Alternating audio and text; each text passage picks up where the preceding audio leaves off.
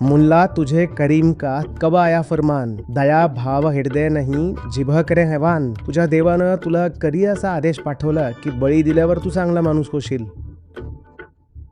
तुझा धर्म पुढे जाईल. सांग, इथं बळी दिला जातोय, कुर्बानी दिली जातीये, हे सांगून की असं केल्याने स्वर्ग मिळेल, आणि हे तिथे उभे राहून म्हणतायत की असलं काम करणाऱ्याला नरक भेटेल असं नाही, तर तो नरकात गेलाय, आत्ताच तो नरकात आहे. आपण कबीरांची भजनं उगाच गात नाही, त्याला कारण आहे. जेव्हा आंतरिक सफाई होईल तेव्हा समजा खरा उत्सव साजरा झाला. कोणाचं रक्त सांडल्यानं थोडीच उत्सव साजरा होतो. जेव्हा दुसऱ्याला तुम्ही मारता तेव्हा तुम्ही स्वतःमधील काहीतरी खूप महत्वाचं मार दिलं असतं.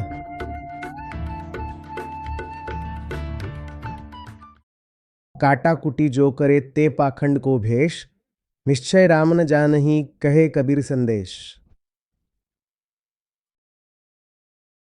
कापाकापीत गुंतलेला माणूस जर स्वतःला धार्मिक म्हणत असेल तर तो धार्मिक नाहीये, खूप मोठा पाखंडी आहे. तुमचा संपूर्ण धर्म एका बाजूला आणि तुम्ही एका प्राण्याला मारलं ते दुसऱ्या बाजूला. ज्या व्यक्तीचा प्राण्यांबद्दल हिंसक दृष्टिकोन आहे, त्यानं किमान स्वतःला धार्मिक तरी म्हणू नये.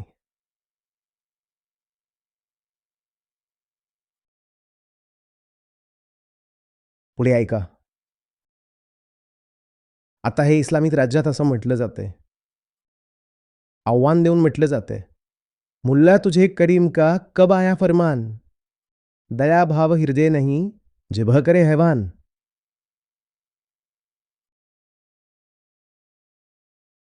करीम समजतं का तुम्हाला? हो, नेवाकडे इशारा केला. ते म्हणाले, जरा सांग बरं, तुझ्या देवानं तुला कधी असा आदेश पाठवला होता की बळी दिल्यावरच तू चांगला माणूस होशील आणि तुझा धर्म पुढे जाईल? सांग. आणि जी एक गोष्ट असते जी व्यक्तीला आध्यात्मिक बनवते ती म्हणजे करुणा.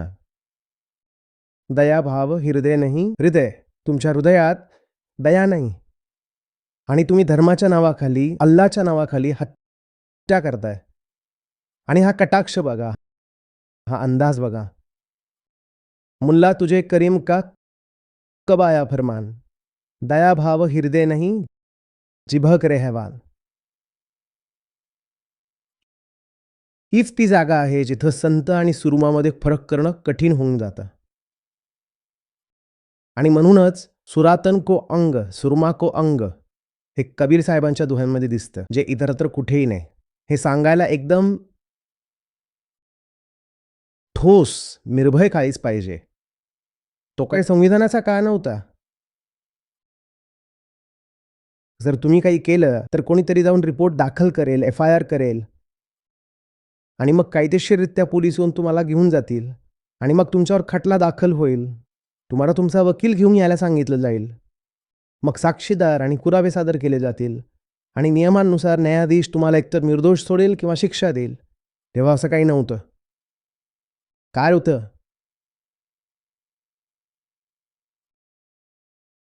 आणि त्यांच्यासमोर हा बिचारा गरीब विणकर आपल्या आध्यात्मिकतेच्या कण्यावर ठामपणे उभा राहून म्हणतोय, मुल्ला तुझे करीम का कब आया फरमान. आणि कल्पना करा की किती झोंबलं असे, आणि हा असा उभा राहिलाय, असा काही नाहीये.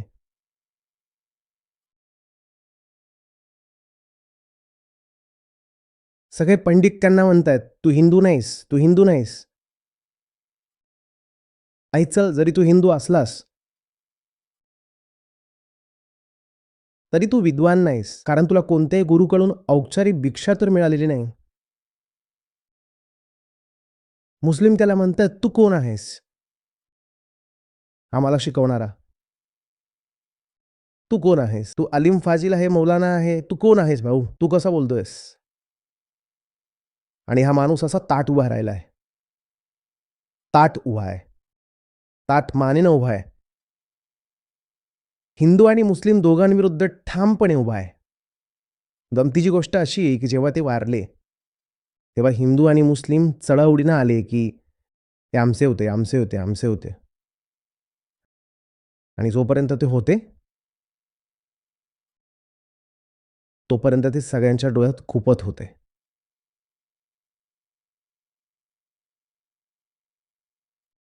पुढं परत तेच आहे.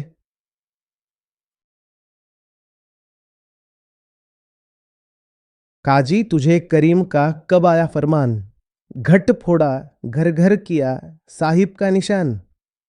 घट फोडा, शरीराला घट म्हणतायत कबीर साहेब. घट फोडलं म्हणजे तुम्ही एखाद्याचं शरीर कापलं. आणि घर म्हणजे तुम्ही लोकांमध्ये वाटलं, तुम्ही कापून त्याचं मांस प्रत्येक घरी पोहोचवलं. आणि ज्याचं मांस तुम्ही पोहोचवलं तो कोण आहे माहिती आहे का? ती साहिबची निशाणी आहे.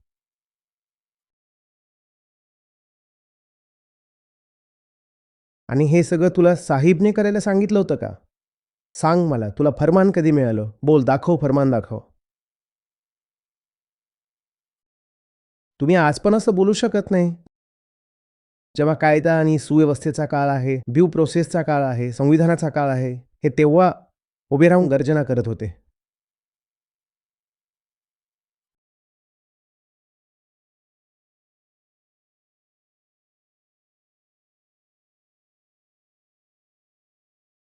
मग ते काजीला पकडतायत. काजी इकडं-तिकडं पळायच्या नादात. म्हणतायत, "कुठे पळतोय? इकडे ये, कॉलर पकडून." काजी का बेटा मुआ उर में साले पीर. काजी, जर तुझा मुलगा मेला तर उर म्हणजे हृदय, पीर म्हणजे वेदना. जर तुझा मुलगा मेला तर तुझं हृदय खूप वेदनेने भरून जाईल ना काजी? बळेल ना? काजी का बेटा मुआ उर में साले पीर, वो साहिब सबका पिता, भला न माने बीर.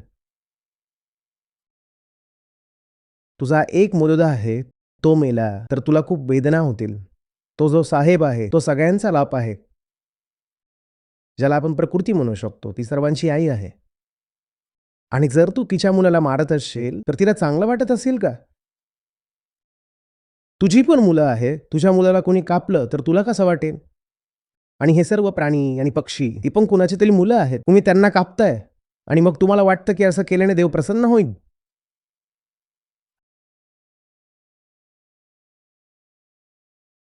आता पुढे ऐका. तुमच्या अंगावर काटा उभा राहील. हं? पीर सबन को एकसी मूरख जाणे नाही. भाऊ, इथं शालीनतेचा खेळ नाही. की बघा, कटू बोलू नका. कडू बोलायला तर अजून सुरुवात पण नाही झाली. कटुता ही लहान गोष्ट असते. इथं कट्यार आहे. पीर सबन को एकसी मूरख जाने नाही, अपना गला कटाय के भिस्त बसी क्यों नाही. कारण जेव्हा कुर्बानी दिली जाते तेव्हा असं म्हणतात की जसा चाकू बकऱ्याच्या गळ्याला लागतो आणि त्याचं रक्त जमिनीवर पडतं, तसं तो बकरा स्वर्गात पोचतो. तेव्हा साहेब म्हणले, जर गळा कापल्यानं आणि रक्त जमिनीवर पडल्यानं स्वर्गात पोचत असतील, अपना गला कटाय के, भिस्त म्हणजे स्वर्ग, अपना गला कटाय के भिस्त बसी क्यों नाही. बकरा का कापतोय काजी? स्वतःचा काप, स्वतःचा काप. आपण उगाच कबीर भजन गात नाही, त्यामागे कारण आहे.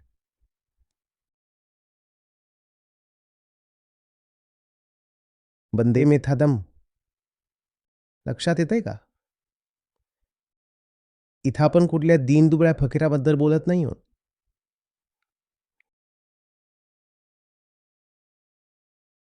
येतंय का लक्षात तुमच्या? पुढे, मुर्गी मुलना सो कहे जिभे करत है मोहे, साहिब लेखा मांगसी संकट पडे है तोहे. कोंबडी मुल्लाला म्हणतीये, तू मला जिभ करत आहेस, पण साहेब तुझ्याकडून लेखाजोखा मागेल, हिशोब मागेल, विचारेल की तू हे काय करतोयस. संकट पडे हे तोहे, तेव्हा तू फसशील. तुला त्या संकटाच्या वेळी सांगता येणार नाही की तुम्हाला का कापलं होतं. तू समजावू शकणार नाहीस तुम्हाला का कापलं होतं.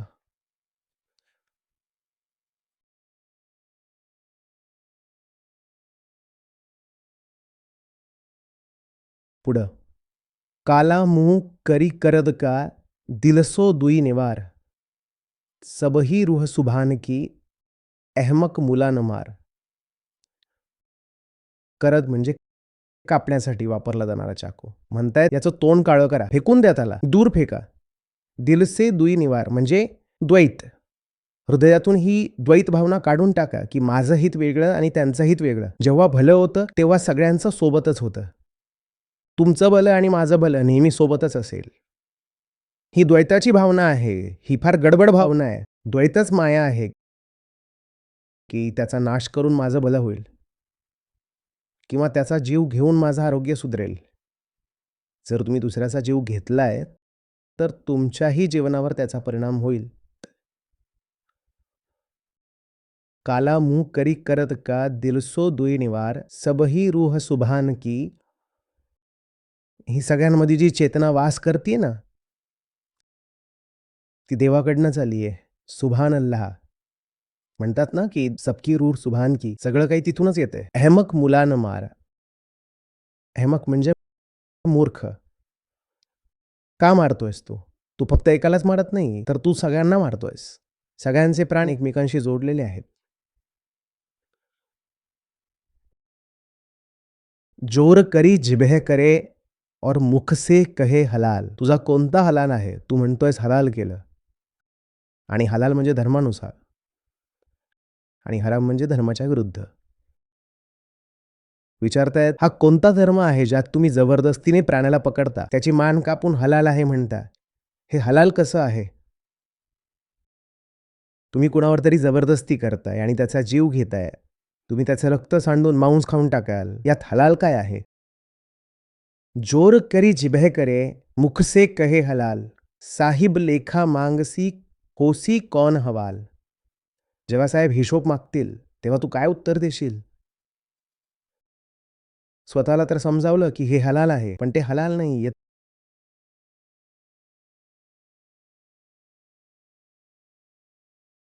येतंय का लक्षात? आणि असं नाही की मुसलमानांना ते काय म्हणत होते ते कळलं नाही. त्यांना ते कळलं होतं. हिंदूंनी त्यांना संत म्हणून स्वीकारलं, तर मुसलमानांनीही पीर फकीर असं मानलं. ही वेगळी गोष्ट आहे की आजच्या कट्टरतेच्या काळात बहुतेक मुसलमानांनी संत कबीरांना पूर्णपणे सोडून दिलंय. यासाठी की ते रामाबद्दल बोलतात, म्हणून आम्ही त्यांना ऐकणार नाही. पण त्या काळातील दंतकथा अशी आहे की जेव्हा त्यांनी प्राण सोडले, त्यावेळी मुसलमान पण बरोबरीचे भागीदार झाले होते. त्यांची कथा अशी बनवली गेली की त्यांचं शरीर फूल बनलं. हिंदू आणि मुस्लिम आपसात भांडत होते. ते आमचे आहेत, ते आमचे आहेत, ते आमचे आहेत. आयुष्यभर क्वचितच कोणी त्यांचं ऐकलं असेल. जेव्हा ते गेले, तेव्हा लोक भांडू लागले, ते आमचे आहेत. मग कोणीतरी आत जाऊन पाहिलं की काय झालं आणि दिसलं की ते गेलेत. गोष्ट आहे, शरीर फूल बनत नाही कधी. पाहिलं तर तिथे शरीराऐवजी फुलं होती. हिंदू आणि मुसलमानांनी ती फुलं आपापसात समान वाटून घेतली. ही तर मृत्यूनंतरची गोष्ट झाली म्हणा. जिवंत असताना तर पुढं पण तेच आहे. गला काट कलमा भरे और किया कहे हलाल. गळा कापताय आणि सोबतच तुम्ही कलमा वाचताय आणि म्हणताय की ते हलाल झालंय. जब साहिब लेखा मांगसी तबही कौन हवाल. काय काय उत्तर द्याल? साहेब म्हणजे असं समजा की तुमच्यातील जे सत्य आहे, तुमच्यासमोर एक प्रश्न बनून उभं राहील. काय उत्तर द्याल? गला काट बिस्मिल करे ते काफिर बेबूज. ते म्हणतात तुम्ही इतरांना काफिर म्हणता. तुम्ही गळे कापता आणि म्हणता बिस्मिल्ला. तुम्ही स्वतःच सर्वात मोठे काफिर आहात. गला काट बिस्मिल करे ते काफिर बेबूज औरन को काफिर कहे. दुसऱ्यांना काफिर म्हणताय. औरन को काफिर कहे अपना कुफ्र न सूज. आणि स्वतःचं कुफ्र कुणी बघायचं? काफिर म्हणजे अधर्मी. काफिर म्हणजे जो धर्माचं पालन करत नाही. तुम्ही इतरांना काफिर म्हणता आणि जेव्हा तुम्ही गळा कापून बिस्मिल करता, तेव्हा ते कुफ्र नाही का? कुणाचा गळा कापणं आणि तुम्हाला चांगलंच माहिती आहे, तो पण अगदी त्याच्या डोळ्यात पहा, तुम्हाला प्राण दिसणार नाहीत, असं होऊच शकत नाही. आणि तुम्ही त्याचा गळा कापताय आणि म्हणताय, "नाही, हे तर हलाल आहे." कसं काय? असं कसं? तुम्हाला दिसत नाही का? कुर्बानी खरंच कशी द्यायची याबद्दल काय सांगतायत बघा. म्हणतायत, "गला गुसा को काटिये, गळा कापा क्रोधाचा. मिया कहर को मार. कहर म्हणजे जुलूम, दुसऱ्यावर अत्याचार. मिया कहर संपव. बकरीला नाही, ही जी जुलूम करण्याची वृत्ती आहे तिला संपव. आणि गळा कापायचाच असेल तर रागाचा काप. हा आहे कुर्बानीचा खरा अर्थ. सण असा साजरा केला पाहिजे. जो पाचो बिस्मिल करे तब पावे दीदार. आता या पाचचा अर्थ समजून घ्या. पंचकर्मेंद्रिय आणि पंचज्ञानेंद्रिय जेव्हा तुम्ही त्यांना शुद्ध कराल तेव्हाच तुम्हाला ते सत्य दिसेल. तुमच्या सर्व इंद्रियांना शुद्ध करा. गळा कापून बळी देऊ नका. जेव्हा तुम्ही आंतरिक सफाई कराल तेव्हा म्हणा बिस्मिल्ला. जेव्हा आंतरिक सफाई होईल तेव्हाच समजा की उत्सव साजरा झाला. कुणाचं रक्त सांडणं थोडीच उत्सव होतो.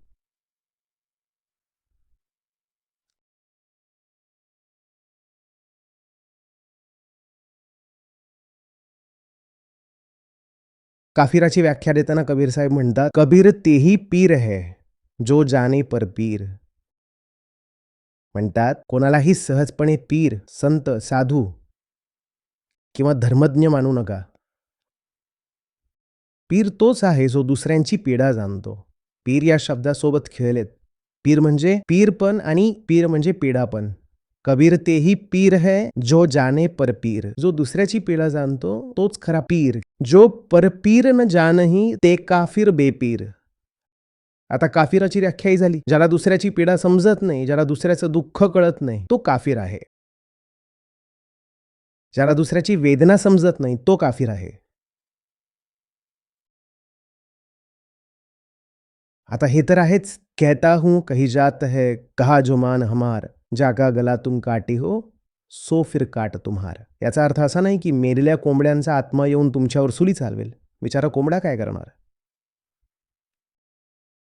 जेव्हा तुम्ही दुसऱ्याला मारता तेव्हा तुम्ही तुमच्या आतूनच काहीतरी खूप महत्त्वाचं मारून टाकलं. ज्या केंद्रातून तुम्ही दुसऱ्यावर हिंसा करताय ना, समजून जा त्याच केंद्रातून तुम्ही स्वतःवरही हिंसा करताय. जो स्वतःवर प्रेम करेल तो दुसऱ्या विरुद्ध हिंसा करू शकत नाही.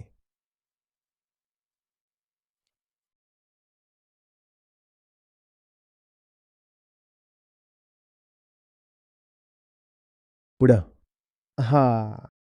आणि हे पण नाहीये आणि हे वाचून असा समज करून घेऊ नका की मांसाहार फक्त मुसलमानच करत होते किंवा कबीर साहेबांनी इथं फक्त मुस्लिमांनाच टार्गेट केलंय. तथ्य हे आहे की एक दिवस असा येतो जेव्हा इतके बकरे आणि बाहेर गेलात तर उंट, म्हशी, गायी पण खूप कापल्या जातात. हे घडतं आणि ती एक मोठी बातमी बनते. कारण एकाच दिवशी एकाच वेळी धर्माच्या नावावर हे घडतंय. पण तुम्ही संपूर्ण जगाकडे पाहिलं तर तुम्हाला माहिती आहे ना, कोणताही खास दिवस असो वा नसो, बकरी ईद असो वा नसो, दररोज किती प्राणी मारले जातात तुम्हाला माहिती आहे का? किती कापले जातात? माणूस आपल्यासाठी अच्छा, जगात 800 कोटी माणसं आहेत. तर सांगा दररोज किती प्राणी मारले जातात? यात छोटे प्राणी सामील करा. मासे वगैरे हे सर्व मिसळा. 1 मिलियन? 1 बिलियन? तू फक्त 100 करोड म्हणतोय. तुम्हाला माहिती आहे एक मासा जो तुम्ही खाताय, खात तर नाही ना? खाण्यासाठी जो एक मासा पकडला जातो, त्या एका माशामागं किती मासे मारले जातात? ते जाळं फक्त खाण्याचे मासे पकडत नाही, तर कितीतरी छोटे-छोटे जीव पकडतं. असे 20 जीव असतात जे फुकटच मारले जातात. जेव्हा एक खाण्याजोगा मासा मिळतो. आणि ही गोष्ट फक्त खाण्यासाठीच्या प्राण्यांबद्दलच नाही. माणूस आपल्या इतर गतिविधीमुळं न जाणो दररोज कितीतरी प्राणी मारतो. कितीतरी म्हणजे 10, 100, 50 नाही, मी करोडोंमध्ये बोलतोय. आपली जेवढी लोकसंख्या आहे ना, छोटे-मोठे जर सर्व प्राणी एकत्र केले तर आपण त्याहून जास्त प्राणी दररोज मारतो.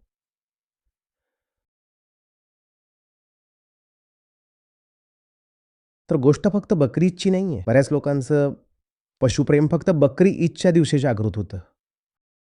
असे बरेच लोक आहेत, जे स्वतः चिकन, मटण खूप खातात. पण ज्या दिवशी बकरी ईद येते त्या दिवशी घोषणा द्यायची असते. धर्माच्या नावावर कुर्बानी देणं हे निःसंशय चुकीचंच आहे.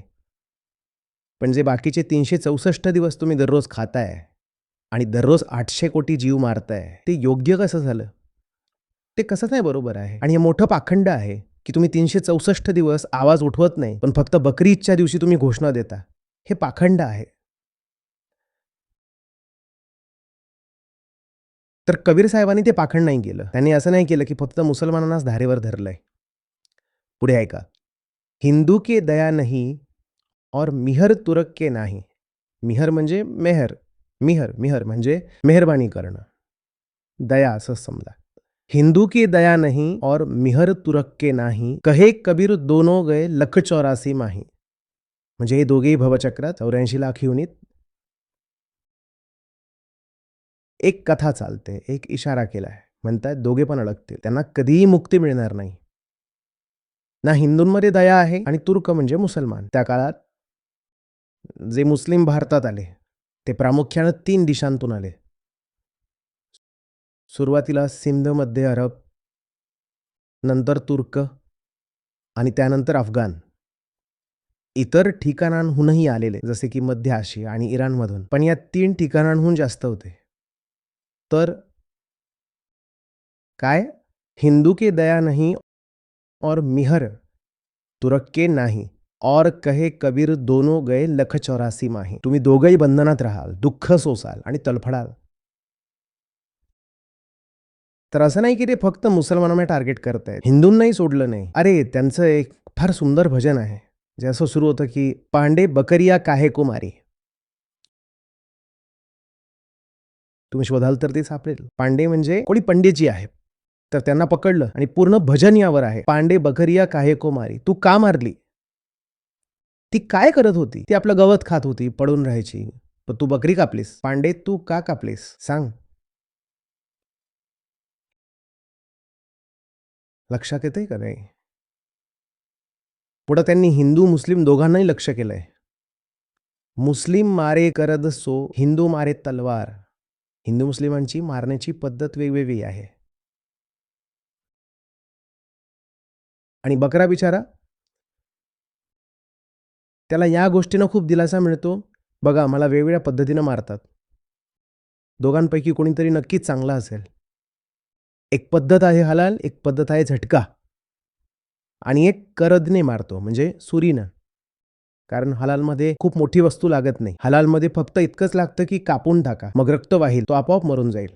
आणि हिंदू मारे तलवार. हिंदू कशाने मारतो? हिंदू झटक्याने मारतो. झटक्यात काय करायचं असतं की एकाच फटक्यात डोकं वेगळं झालं पाहिजे. तर पूर्ण असं उचलून जड तलवारीनं मारतात की रेडा असो वा कुणीही. एकाच फटक्यात त्याचं डोकं वेगळं व्हावं. ते म्हणतात मुस्लिम मारे करद सो हिंदू मारे तलवार. दोघांमध्ये खूप फरक आहे, पण फरक कितीही असू द्या, ते म्हणतात तुम्ही दोघे पण एक आहात आणि तुमची भेट होईल. गळाभेट. कबीर कहे दोनों मिले जाके जमके द्वार. ते म्हणतात नेहमी आयुष्यभर तुम्ही दोघं हाच विचार करत राहिलात की आम्ही वेगळे आहोत. एक हलाल, एक झटका, एक सुरी, एक तलवार. पण तुम्ही दोघे एक आहात आणि जेव्हा तुम्ही तिथं उभं राहाल, जमके द्वार म्हणजे काय समजताय ना? तुमचं जीवनच मृत्यूसारखं असेल. ज्या जीवनात करुणा नाही, ते जीवन मृत्यूसारखंच आहे. बरोबर ना? सासलेत बिनु प्राण. ज्या घट प्रेम न संचरे, सो घट जान मसान. जैसे खाल लोहार की सासलेत बिनु प्राण. तुम्ही जगाल, पण तुम्ही प्रेतासारखं जगाल. ज्याच्यात प्रेम नाही, त्याचं जगणं असंच आहे, जसं एखादा मुर्दा श्वास घेतोय.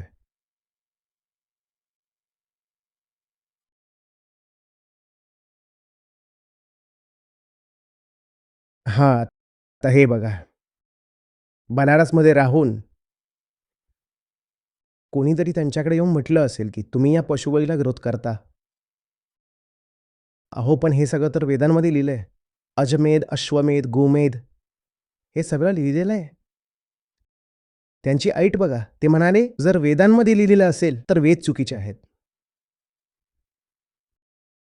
ते म्हणाले, जर वेदांमध्ये लिहिलेलं असेल, की बकरा कापा, बकरा, अश्व, घोडा. मी अशा वेदालाही मानण्यास नकार देतो, जो म्हणतोय, की गाईला, बकऱ्याला, घोड्याला कोणालाही कापा. महात्मा बुद्धच दिसतात मला तर इथं. आणि मग जगानं म्हटलं, की ते तर वेदविरोधी होते. ते वेदविरोधी नव्हते, ते हिंसाविरोधी होते. समजतंय का? जेव्हा तुम्ही हे म्हणायला लागाल, की वेदांचा अर्थ हिंसा आहे. तेव्हा कोणतीही जागृत चेतना हेच म्हणेल ना, की जर वेद म्हणजे हिंसा, तर मी वेद मानत नाही. तुम्ही हे म्हणा ना, की वेद म्हणजे उपनिषद, मग कोणीही वेदांना मांडण्यास नकार देणार नाही. तुम्ही महात्मा बुद्धांसमोर जा आणि त्यांना म्हणा उपनिषद, ते अजिबात नकार देणार नाहीत. पण तुम्ही त्यांच्यासमोर जाऊन म्हणा वेद म्हणजे हिंसा, तर ते मानणार नाहीत. म्हणतील मग मी वेदांच्या विरोधात आहे. लोकधर्माने वेदांचा अर्थच खूप छोटासा करून टाकलाय आणि वेदांताची महानता यात आहे, की त्यानं म्हटलं, की वेदांचा जो कालातीत भाग आहे, तो वेदांत आहे. वेदांना वेदांताच्या नावानं ओळखलं जाईल. वेदांताने वेदांना उच्चता, महानता, प्रतिष्ठा दिली आहे आणि लोकधर्माने वेदांना फक्त कर्मकांडाचा एक पिंड बनवून सोडलं, की वेद म्हणजे कर्मकांड, वेद म्हणजे कर्मकांड. धर्म म्हणतो वेद म्हणजे वेदांत आणि लोकधर्म म्हणतो वेद म्हणजे कर्मकांड. तर तसंच एखादा लोकधर्मी कबीर साहेबांकडे आला असेल, की तुम्ही पशुबळीला विरोध करता, पण हे तर सर्व वेदांमध्येही आहे. तर ऐका ते काय म्हणतायत. ते म्हणतात, "अजमेध, गोमेध जग, अश्वमेध नरमेध, कहे कबीर अधर्म को धर्म बतावे वेद." ते म्हणाले, जर वेदांमध्ये हे सर्व लिहिलेलं असेल, तर वेदांमध्ये अधर्म लिहिला आहे. कहे कबीर अधर्म को धर्म बतावे वेद. ही खूप साहसी गोष्ट आहे, खूप क्रांतिकारी गोष्ट आहे. माहीत नाही असं बोलल्यामुळे त्यांना काशीतील धार्मिक लोकांमधून, विशेषतः ब्राह्मणांकडून किती विरोध सहन करावा लागला असेल.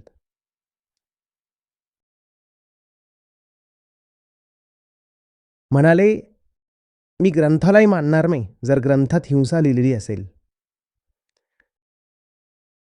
जर हिंसा लिहिली असेल, तर मी ग्रंथाला अस्वीकार करतो. जर ग्रंथही म्हणतो, की जनावराला कापा, तर हटवा तो ग्रंथ. कोणताही ग्रंथ असू द्या, बाजूला सारा."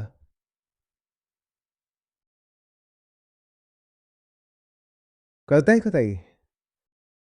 सत्यासाठी जर ग्रंथाला नाकारावं लागलं, तर तयार राहा. ग्रंथ सत्यापर्यंत जाण्याचा मार्ग असतो. सत्याहून मोठा नसतो.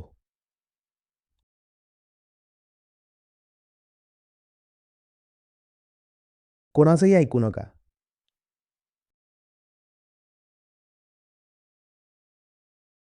एक बाप आहे, एक प्रेम आहे, एक जीवन आहे, एक ध्येय आहे. त्या प्रेमाच्या मार्गात, त्या ध्येयाच्या मार्गात कोणीही येत असेल, तर त्याला बाजूला सारा.